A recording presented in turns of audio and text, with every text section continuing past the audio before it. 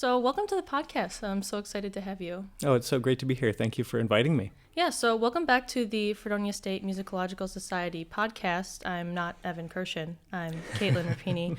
So sorry to disappoint, but today we have Dr. Andrew Martin Smith, who is a beloved professor here at Fredonia. Oh, well, thank you. Yeah, we're so excited to have you. To start, I kind of just want to ask, where you started in music and just a timeline, detailed timeline of where, why, how you got back to Fredonia after, the leaving. whole journey, the whole shebang, yeah.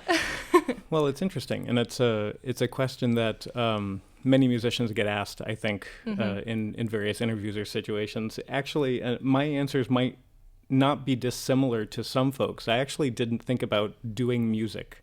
From an early age, I was involved in music and did, singing and instrumental performance and different things like that. But, I didn't think you could make a career out of that. Mm-hmm. And so I was going to literally do just about anything else. I think by the time my sophomore year of high school rolled around, I was going to be a history teacher.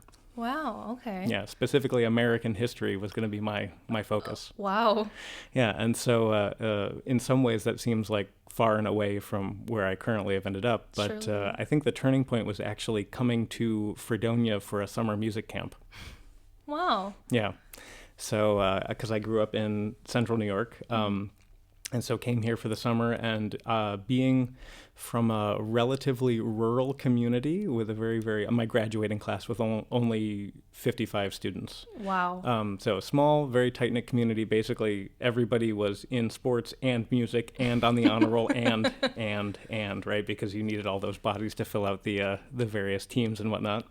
And so I was never really surrounded by people creating a culture where I saw music being a viable option to do as a vocation, if that makes sense. Oh, it totally makes sense. I feel like also, you said you wanted to go into music because of the Fredonia Summer Music Program, and I feel like that happens to a lot of us as musicians. Think so. You know what I mean? We are stuck in a place where it isn't accepted, to be a musician or something like that. And then you go to a place where everyone is a musician and everyone loves it, and it just kind of kicks you. And you're like, okay, I guess I'll do it. No more history. And sometimes it's not even a matter of accepting or not accepting. It's just having the awareness of the possibility, right? That, it just didn't really happen, or it wasn't part of the culture where one grows up, but maybe suddenly you find yourself surrounded by people who are like-minded and perhaps of similar kind of skill and musical attribute, and suddenly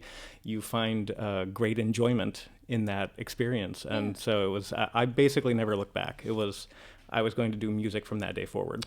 That's awesome. Yeah. Now, I know this because I am a clarinet major. Uh-oh. But you do play clarinet all the time. Now, did you start on clarinet in 4th grade, whatever? Clarinet is my primary instrument. I started in 5th grade on the clarinet, and it was one of those circumstances where my mother was a clarinetist. Oh. And so, there was a plastic Bundy clarinet in the back of her closet from the time I was, very small. Mm-hmm. And I discovered that more or less one day and attempted to put it together. And from that point on, I basically fell in love with the clarinet. Wow. Yeah. I feel like that's how a lot of clarinetist stories start too. There's an instrument in the back of some closet somewhere, or someone in somebody's family played it. Yeah, it's a typical instrumentalist kind of story, I think. Yeah. So in middle school, high school, I know you said, you did the music program, you did everything at your school. Were you a part of any other extra groups during those times before you came to college, other than summer programs or anything like that? So it was... I was very active in both the choral and the instrumental scenes and the local community ensembles. There was several community bands. One of them was I kid you not, the name was the Up the Creek Community Band. And it was great because that particular ensemble, we would do parades, but it wasn't a marching ensemble. We would sit on a float. And that's my kind of marching band, to be honest with you. Me too. And then I was also part of the Ilion Civic Band growing up, and so a lot of these kind of local community ensembles I would be a part of, and of course every extracurricular musical group that was offered at my high school, West Canada Valley Central School, is something I would have joined and partaken in. In fact, my graduating class was instrumental in getting the high school musicals back into annual production. Wow. There had been a significant amount of time where that was not the case. And my graduating class basically started up again with Guys and Dolls, I think was the musical that we did our senior year. And so in addition to that, I was actually a martial artist. So on top of the music thing, I basically came to college having been an assistant teacher and a teacher of martial arts for about 10 years. Wow. Yeah. So, choral and instrumental were always part of your life. Did you ever think about going to college for choral music or vocal music? It was, it was entirely instrumental all the way through. I think I always felt that I can sing-ish. And it's funny because I teach oral skills now as one of the things in my repertoire of classes that I teach here at Fredonia. But I never have really considered myself a singer, in the same way that I play saxophone marginally well. I probably wouldn't mention that to Dr. Zumwald, our saxophone professor here at Fredonia. I would keep that hidden because I don't consider myself a saxophonist. So I basically just identify as, in terms of my performance, as a clarinetist. Oh, okay. So now that we're in college, we're at Fredonia. We are. Young 18-year-old Dr. Jamar Smith. Dusting off the cobwebs, yeah. In college. Now, I would like to get into, especially for a lot of students that are listening to this, what was your college experience like here as a music student? The similarities, the differences, Yeah, I think the similarities are easy to sum up in one word: busy. Yes. I think that's fair. And like many students of the music school, I came in with a number of credits already under my belt from various coursework that I did in high school that transferred in. And so I wasn't behind. In some cases, I was ahead. And then in other cases, I felt very much behind because I was taking, at the time, I think my maximum credit load was somewhere between 22 and 24 credits. Yeah. And that was when ensembles were 0 credit. Well, now they're 0.5. So I lucky know, us. Just it just every little bit helps, right? So no, while I was here, I tried to take advantage of as many performing opportunities as I could. Actually, my initial majors were composition and music education. Oh, wow. And I was a dual major in those specifically for about a year and a half. At which point, second semester, sophomore year, I asked myself, do I really want to teach high school students?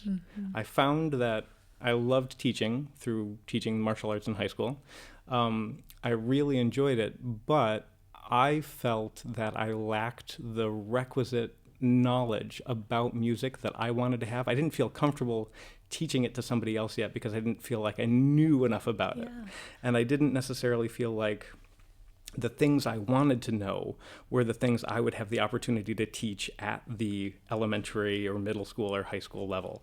And so I really looked at my life and said, I think I want to learn more about music. So I kept the composition major, and I was already performing in enough ensembles and taking hour-long lessons. I basically was a performance major while I was doing all these other things, so I just made that official. And so I became clarinet, performance, and composition. Yeah, it's just interesting to hear that because, we're talking about Fredonia years ago and now we're here to now. And I feel like that's something a lot of music ed majors go through. Oh, yeah. Am I actually going to be able to be a good teacher because I'm taking 7,000 classes right now and I'm not doing everything I could be doing, So it's just interesting to hear that, even then, end of the sophomore year when you switched out of ed, I feel like a lot of people don't want to switch out of ed because of how much work they've already put in. Yeah, they either look at it as a significant investment on their part, or perhaps there are external factors. Perhaps someone has the notion that their family or someone else outside of themselves wouldn't approve of the decision to maybe drop the ed major. Yeah. People look at music ed as being a relatively secure or safe major, if there is such a thing at all. In music, especially. Well, I know lawyers who are unemployed. Like, there is no pot of gold at the end of the rainbow, so to speak. It's not you get a degree and then you get a job. That's not a guarantee. Yeah. We are here to experience and get tools and to explore opportunities and avenues that could come in handy in the future, regardless of what we do. And the interesting thing there is I was worried for the longest time I was grappling with this decision, wrestling myself.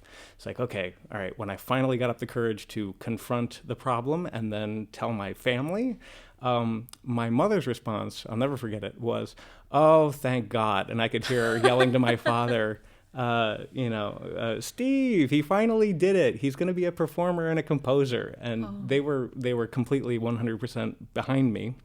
I think they would have been regardless of the decision I made, but I think they saw it before I did, that I was a musician first, not necessarily a teacher or I was a musician. Yeah, and I think a lot of times, who did you study with on clarinet when you were here? So when I was studying at the undergraduate level, Jay East was the clarinet professor. So it was before Professor Seigel got here. Oh, okay. Yeah. I'm dating myself now.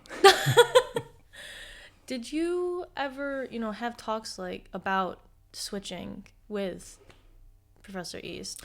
Because I feel like a lot of times, even your studio professor, especially in our music degree, we spend so much time with our studio professor. They really get to know you, know how you play, know you as a person. I think it does depend on the studio, but there's a general sense of, you know each other better than just a regular professor that you see once or twice a week. And a lot of that has to do with the personal connection, right? The one-on-one time. Even if you're just studying for half-hour lessons, I mean, that's still a half-hour one-on-one, right? It's a very kind of intense. There's no room to hide. You're going to see each other, both student and teacher for who you are in that time very easily.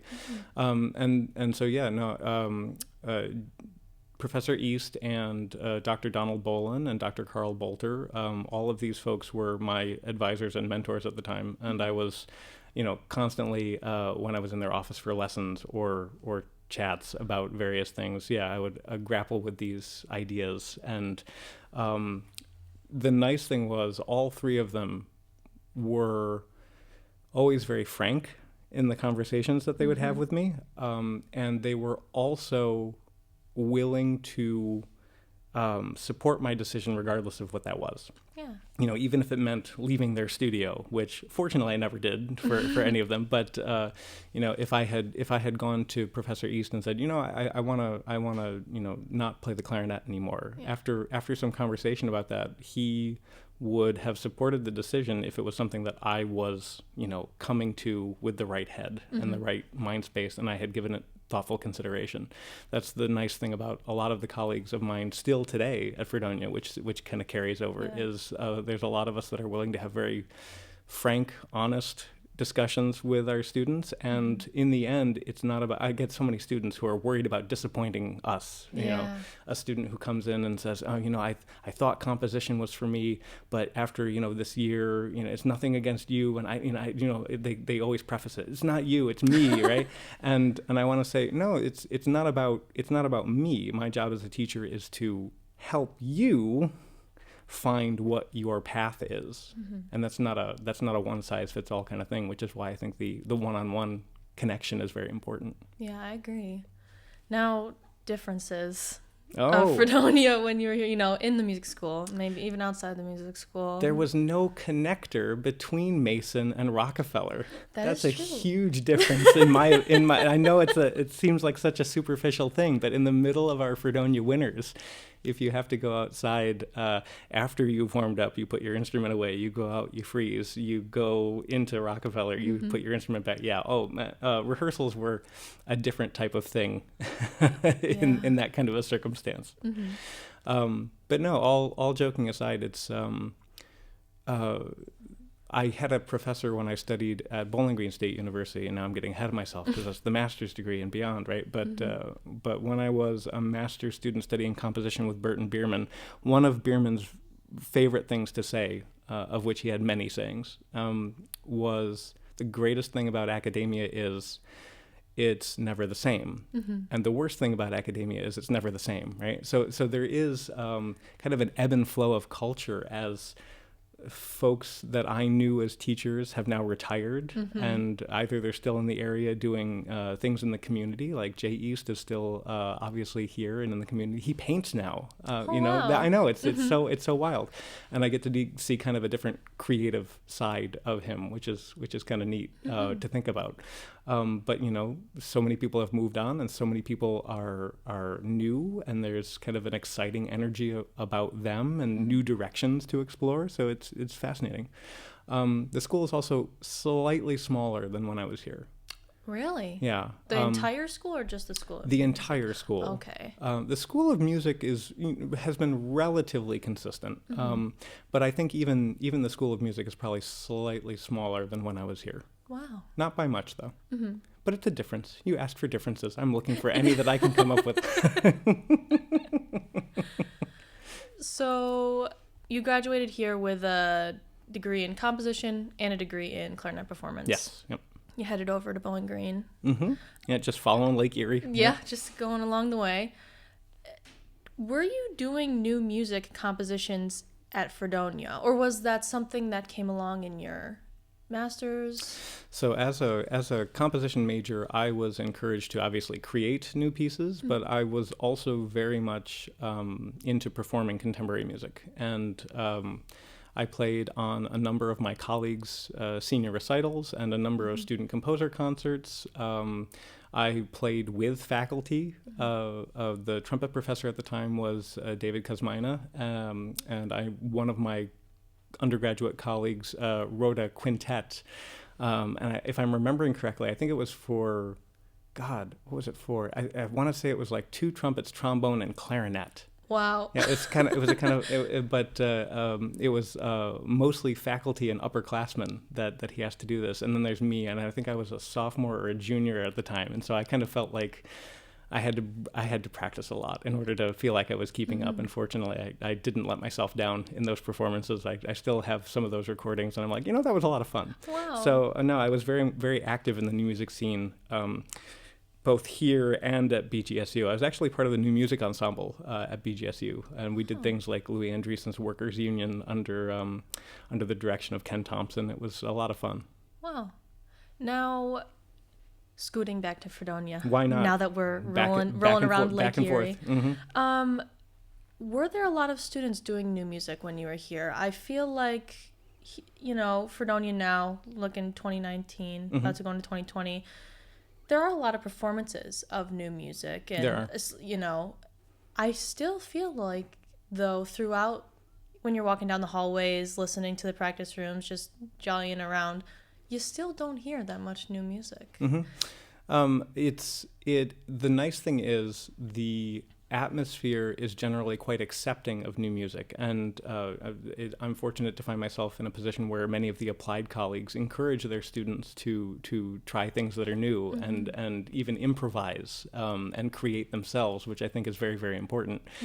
But in terms of new music cultures, this institution is not as new music focused as a place like BGSU is. Like BGSU, there is a significant contemporary music community, and part of that is reinforced by the Mid-American Center for Contemporary Music, which is actually a nonprofit that's associated with the university, but it is its own thing. And so there's so many Pulitzer Prize winning and Grammy winning contemporary music folk that get brought to Bowling Green, Ohio. It's kind of this little new music mecca in the center of the country, which is really neat. Wow. It's just so interesting to me because, like you said, here there's not really that kind of community for new music. So it's interesting when, you're looking at grad schools or stuff like that, just kind of searching around. And there are so many schools that have the new music programs and things like that. And I feel like Fredonia is actually a great place to have something like that. The nice thing is here at Fredonia, we have Ethos New Music Society, right? And so the idea that it's not it's not at the faculty level necessarily that new music is being encouraged. It is at the student level. Yeah. And so Ethos as a student organization is student administered, right? So it's student run.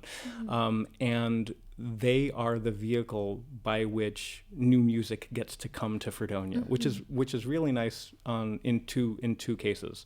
The past few years, I think the composition area has seen a surge in attendance at student composer concerts and a number of Ethos events, which is really heartening to see. But a lot of that is just kind of word of mouth and the composition area students being willing to be good ambassadors for new music, which I think is so important, because I think so many people, for a variety of reasons, have so many opinions and prejudices, I think, against new music or toward new music. When they come to a university, they already have an opinion that a teacher has probably given them about what quote-unquote contemporary music is or sounds like. And I find that when students, and my wife says this all the time, Professor Sampson, if you haven't found contemporary music that you like, you haven't been listening to enough contemporary music, because it's such a broad term. There's so much of it out there. And so the nice thing here is that you have this opportunity at the undergraduate level to have this kind of ambassadorial relationship where you get to be exposed to contemporary music at a more friendly pace, shall we say, or in a more inviting environment where you're working with your friends. You get to actually have input on the creation of a piece, and you have a dialogue with a living composer instead of just kind of playing the notes on a page and taking historical performance practice into account. You actually get to create something new with someone alive. And so that kind of relationship usually turns people on to contemporary music, because it's a living, breathing thing. It's not like a museum piece. It's not like so much of the canon is treated by some people. Yeah, it's, before I came to college, I never even, clarinet, never really touched any newer music, but I was playing Mozart. Yeah, well, yeah. I was playing Brahms. Brahms. Oh, yeah, I'm doing it. And I'm still going to recitals every semester, and I'm hearing Brahms. I'm hearing the same things, and I feel like student composer concerts and the groups that Ethos brings in. You recently brought in the marimba and bass clarinet duo. I can't recall their name. Transient Canvas. Transient Canvas. They were incredible. And seeing groups like that, I feel like as a student is another, when you were kind of thinking, or when students are thinking, I can't get a job in music, seeing things like that and seeing just how happy those musicians are doing their thing that they went to school to do. And not only that, but doing new music, bringing new things to the students here. And even at the student composers concert are my friends, my colleagues, getting to listen to their music and just seeing them excited and getting excited for them. I think it's just great opportunities that, I know a lot of my friends do go to student composer concerts, but I feel like everyone needs to just go once to just kind of just hear like what your friends are doing, like what you could possibly be playing on your recital. That's not the regular classical, It's not quote unquote the repertoire, right? Yeah. Well, and it's ear opening to use like a little, a little tongue in cheek kind of turn of phrase, but it really is in the same way, that I didn't realize that a career in music could be possible. Well, take the next step. I didn't realize, that contemporary, like new music. So many people, I think, when they decide to play an instrument or to sing, they only know what they see or what they hear, right? It's this idea of so many young composers. Oh, I'm going to be a film composer. Oh, really? Why? Because John Williams. But that's not the only thing that a composer could be, or the only kind of job that composers or musicians do. And so just being exposed to possibilities, I think, is really, really important. Now, we're going back up the lake. We're going back to Ohio. Love it. So the flat plains of Northwest Ohio. Yes. So at Bowling Green, you only did composition, right? My master's was in composition only. Yep. Were you performing clarinet I was at that time? I was performing here and there, mostly for the New Music Ensemble, and mostly again for any colleagues who wrote pieces for the composer concerts. I would offer my services as a clarinetist, so I would be a good community member. I think is a good way of putting that. So, Bowling Green, did you come right back to Fredonia after you got your master's, or was there an in-between state? The in-between state, which was about 5 years, was a doctorate in contemporary music. So Yes, it yeah, was. yeah. Doctor. So after the master's, I went right on into the DMA program, and the DMA program at BGSU is a relatively newer program. I was the 13th doctoral student to graduate from that program. Wow. But it's only at the time one of 3 places in the country where you could actually get a degree in contemporary music, and it was something that I really liked about the institution because I didn't want a degree in composition. So many people have a degree in a terminal degree in composition. Yeah. And I was looking for something more. I was looking for something different, and this provided the opportunity because essentially the DMA in contemporary music is a little bit of everything. You know, I was performing, I was composing, I was researching. It was, in my humble opinion, being a 21st century musician. And so that really was inspiring. Plus, I wanted to stay around longer and take more lessons with Michael Keane. I found that as a teacher, I studied with him for a year in the master's degree, and I didn't feel like I got all that I could out of the lessons, and so I wanted, extended opportunity, more time. Wow. Yeah, what were the other schools that offered the contemporary music DMA at the time? Cornell. And I think they still have a contemporary music program at the terminal degree. And there is a place on the West Coast that is escaping my mind right now. I can't remember if it's San Diego or it's a California institution that offers a degree in contemporary music, but it's slightly different. Are there any? Obviously, there most likely are, but more schools that offer that now? Do you know? Or there are a number of schools at the master's level now that offer. I know that Manhattan School of Music has, I believe, a master's in contemporary music. Most of these things are performance driven for obvious reasons that you've mentioned. That there's an increased awareness and interest in playing music of the now, which is, I think, delightful. Yeah. So, doctorate. What made you come back to Fredonia? So opportunity to have both you and your spouse teaching at the same institution is very rare in academia. And so I was teaching in Ohio at 3 different institutions. I was teaching simultaneously. I was actually teaching after I got my degree at Bowling Green, a few courses here and there. I was teaching at a local community college, Owens Community College, teaching music appreciation. I was also teaching aural skills and musicianship. I was also teaching composition at Toledo School for the Arts, which was an arts high school, so high school composition lessons. Oh, wow. And so I was doing all of that, and it's not a huge drive from Toledo, Ohio, where we were living, to Bowling Green and doing all that, but it's just enough for the commuting to be annoying if you have to go to 3 places several times during the week, right? Imagine. And so after I had been invited to teach at Interlochen School for the Arts over the summer, I was there teaching at the same institution that Rob Deemer was, and Dr. Deemer is the head of the composition area here. And while we were teaching together up there, he had the unfortunate circumstance of finding out that 2 of his adjunct instructors in the theory composition area were heading out to do other things. And so they had a vacancy to fill very quickly, and the head of the theory area at the time, Gordon Root, who's still the head of the theory area, right?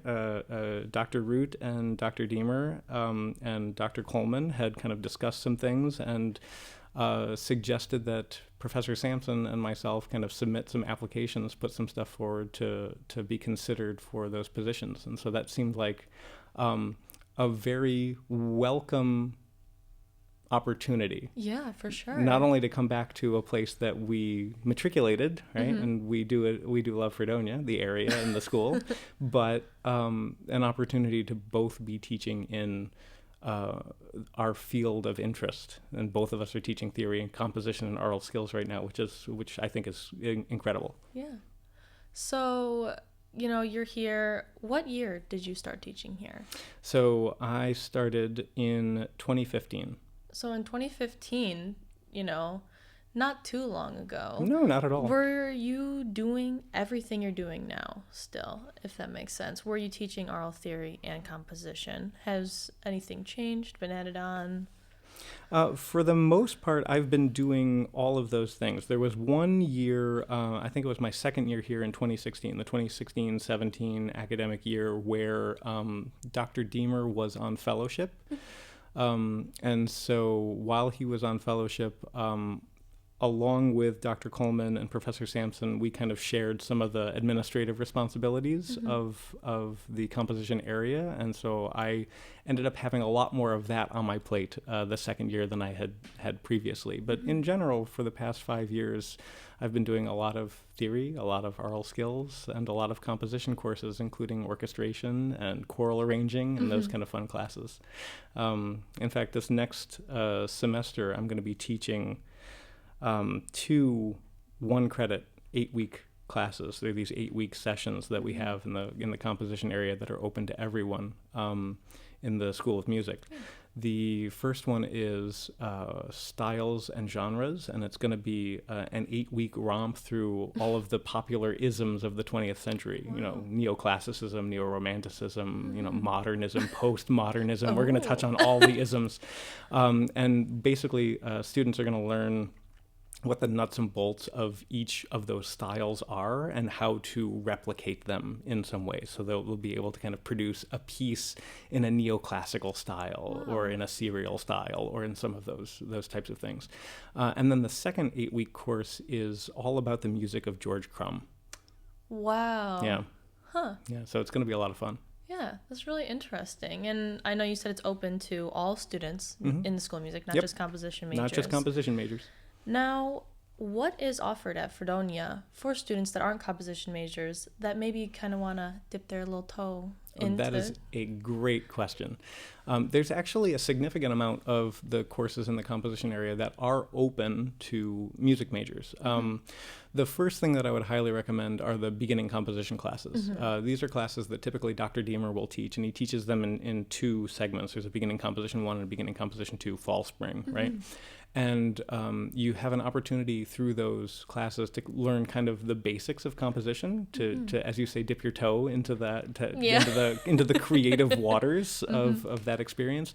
And the nice thing is the reading session component of that. So you write these very, very specific types of pieces based on specific types of techniques and musical styles that then get read by members of the student body and faculty and staff, right? So it's a really nice kind of synergy community thing that happens there, because you get the whole experience walking through the creative process, the editing process, the reading session process, how to interact with somebody who's trying to realize your music, and then taking feedback and suggestion for them as to how to present it in a way that's maybe more compelling, more convincing, more accurate, or gets the desired result faster. Those are all super important for a young creative to learn about at the beginning. So those are really good classes, but also courses in instrumentation and orchestration, choral arranging. All of those things are really, really useful for someone who's looking to augment their portfolio and to augment their skills. Like, imagine being a music educator coming into a job interview saying, you've had arranging experience and coursework to kind of back that up, or through coursework gotten experience doing arranging professionally. That's really, really beneficial for a wide variety of folks. So the only thing that's really off limits as far as composition goes are private lessons. The private lessons are reserved for the majors. Yeah, I feel like, unless you have friends that are composition majors, and I know I have a few. A few? Just a couple. You got a couple friends. We're coming out of the woodwork. We're everywhere. Yeah. I feel like if you aren't, friends with people that are composition majors, you're not really sure what kind of goes on over there. You know they exist. You see and hear their pieces on a student composers concert, and that's that.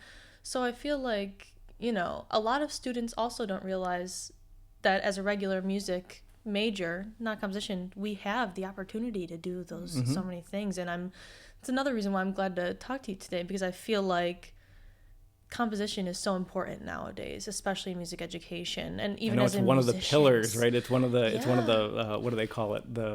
Not pillars. Standards. There, it's one of the standards. Creating, right? One of the many standards, the National Core Anchor standards. I know those. So it's just, composition feels so out of reach for a lot of us that are not familiar at all with composition and, you know, creating things on our own. What are things that, you know, regular musicians who don't compose, who aren't familiar with new music, who aren't familiar with the creating process, what can we do, or, you know, any musician do to kind of take that a little step further? Maybe not taking the beginning composition class, but maybe if they're wanting to just kind of explore on their own and kind of look. Well, that's the big thing, isn't it? Because creativity is all about exploring, and it's all about playing. It's very playful. And a lot of people, a lot of musicians perhaps get a little anxious when you mention the idea of improvisation. Right? So, but technically speaking, we're not talking about a specific type of improvisation necessarily. All we're doing is we are talking about making sound, listening to that sound, and responding to that sound in some way. That's all improvisation is, right? It's this feedback loop that you get. That's a very, very general, broad definition of improvisation, but it's applicable to any kind of style of improvisation. It just it boils down to that fundamental free improvisatory kind of idea. And we actually have coursework in free improvisation, don't we? That Dr. Rudge teaches. Yes, we do. And so I would highly recommend anyone who's looking to kind of get out of their comfort zone and break out of their shell. That's a great set of classes to experience, this idea of free improvisation. It's a great idea to do if you don't have the room in your credit load to just grab a few friends and to just jam. And the important thing is, when you're creating, you shouldn't be judging the things you're doing. You should be listening and responding. That's it. You should be listening and responding. The evaluation is actually a different type of thing. There's actually, I always tell my young composing students at Interlochen, you know, the high school students, the wee ones. I tell them that composers wear many hats. And the thing you don't want to do before you walk out of the house in the morning is walk out of the house with too many hats on, right? A, you'll look silly, but B, it might not be that productive, okay? So the thing with composers is they have a creative hat that they wear. They have an analysis hat. They're an analyst, right? They have to figure out what it is that they're doing in order to know whether or not they could do it better or differently. And that's the editing process. That's the editing hat that they wear. If you try and wear too many hats simultaneously, or if you try to edit too quickly or pass judgment on your creation too quickly, that's the easiest way to kill creativity. And that's something that music educators, I think, learn about very quickly too. The second they pass judgment on something, they instill a barrier. They instill a standard. Now we have to do this quote unquote right. When you create, it's not about doing things right. It's about doing things well, right? And so this removal of initial judgment, I think, is really important. So get rid of that barrier. Don't worry about doing it right or wrong. Worry about trying to do it, right? And get comfortable just exploring sound. I think that's the very first place to start. Yeah, because I feel like, especially as a classically trained musician, a lot of us have played the pieces that have been played a million times, and if you play anything wrong, it's you know, that kind of thing. So when you're like, you know, it's true, when you're sitting at a clarinet recital, you know, since we're both clarinetists, you hear someone play Brahms' second sonata, they play a wrong note in the second movement, and it's very audible. It's right? very audible. All the clarinetists know. All the clarinetists know, and they go, oh.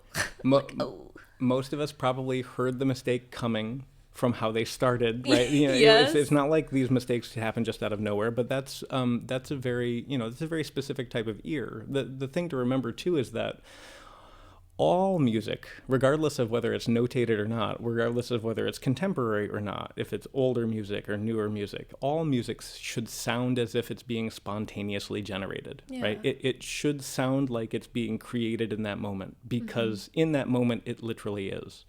And so yes, there is a performance practice, and yes, there are ways of playing certain pieces, but I'm also a little anachronistic about some of my performance.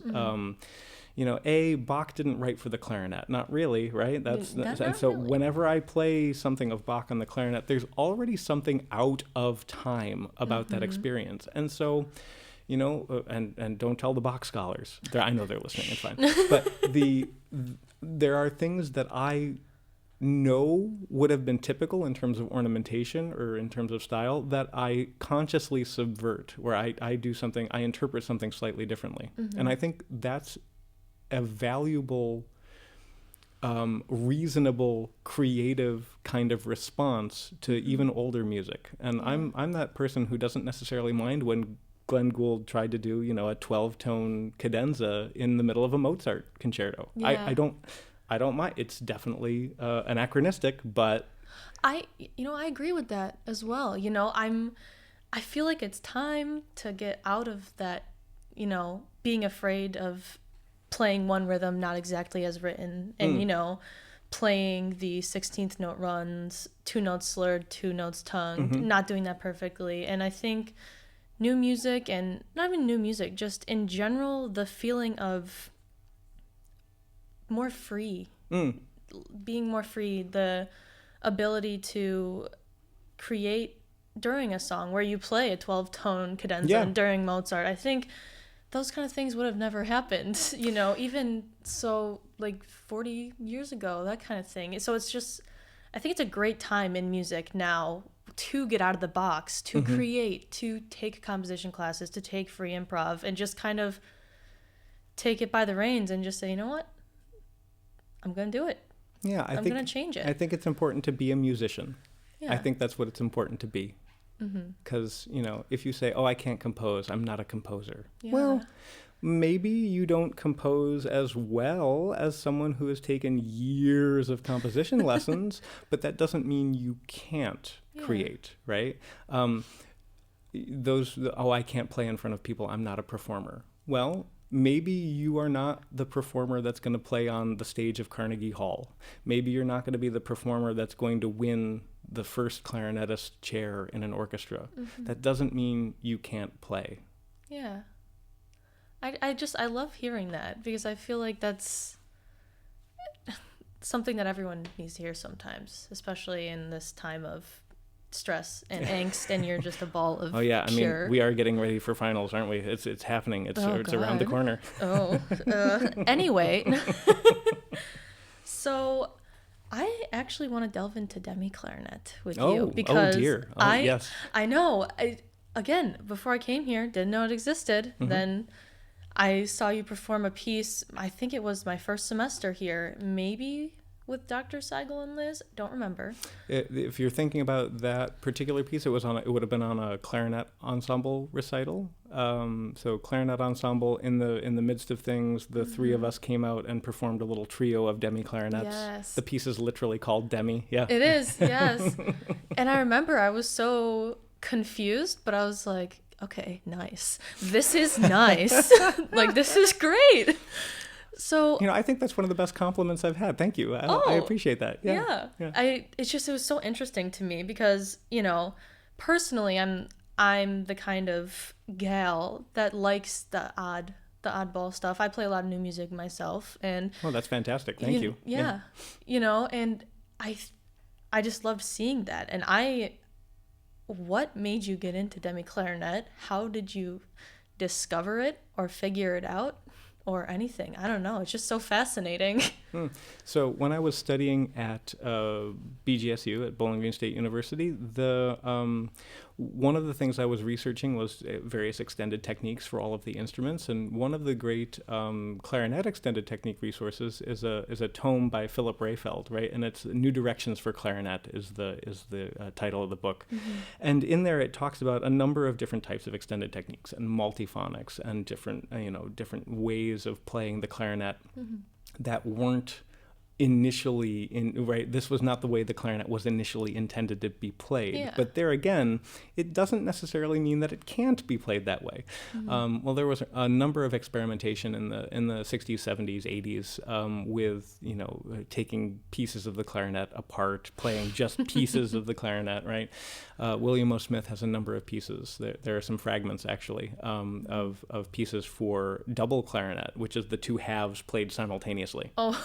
Wow. Which it's kind of fun. It's a little quirky set of these short pieces that again take a different type of technique. It takes just as much practice to play contemporary music as it does the traditional rep. It's just it's a different type of mentality, a different type of playing, and so researching about all of those things that came before, I was just really fascinated by.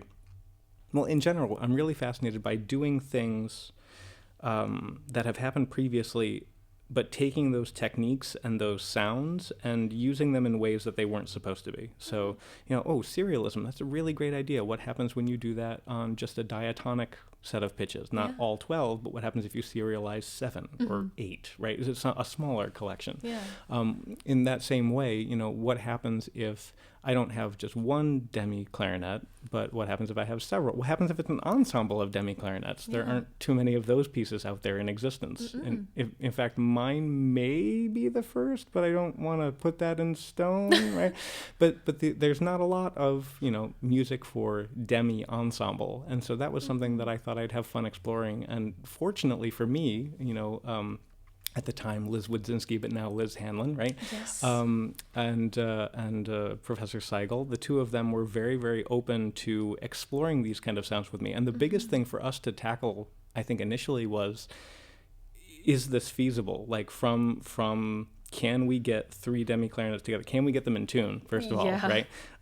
And will the tuning be such that it will lend itself to an ensemble treatment? And after the first rehearsal, thankfully, we were like, yeah, this will work. This will be fine. Yeah. So it was a lot of fun. Yeah, it's really cool too. And I feel like I'm so lucky to be in a studio where the professors are parts of things like that, because as a student, you see that and you think, I want to do that. I want to play half a clarinet. And for everyone listening, a whole clarinet is 2 joints, a barrel, a mouthpiece, and a bell. But a demi-clarinet, correct me if I'm wrong, I've never made a demi-clarinet before. It's the mouthpiece, the top joint, and the bell. That is one option, to do the mouthpiece and just the top joint. Usually the bell won't fit on the upper joint very well. Or you could take the mouthpiece and take the bell and lower joint combination. Just take the mouthpiece and stick it onto the lower joint, and voila, instant demi-clarinet, right? Yeah. A word of caution, don't try this at home, especially if your mouthpiece does not fit well into the lower joint, because then you'll have all kinds of repair costs to remove the mouthpiece from the lower Sounds like a very pointed example. That idea of this kind of demi-clarinet is literally just playing half of the instrument. Yeah. It's just, as a student, it's just really cool to see those kind of things. I think in music ed circles, what do they call that? Modeling behavior, right? No, it is yeah. Because you are, hopefully as an educator, what I like to try and do is model what I think is appropriate behavior for a musician in the 21st century. And I think that behavior is someone who is willing to collaborate, willing to create, willing to perform, willing to research, willing to give talks and present, willing to be on podcasts, all of these things that would communicate ideas about our art to other people, both our peers and colleagues, but also, as I lovingly say, the muggles, right? The non-music folk. Sorry, J.K. Rowling. This isn't trademarked. We don't have the money. We gotta buzz that one out. No money. So, what other things are you doing outside of your studio of composition students, oral skills classes, music theory?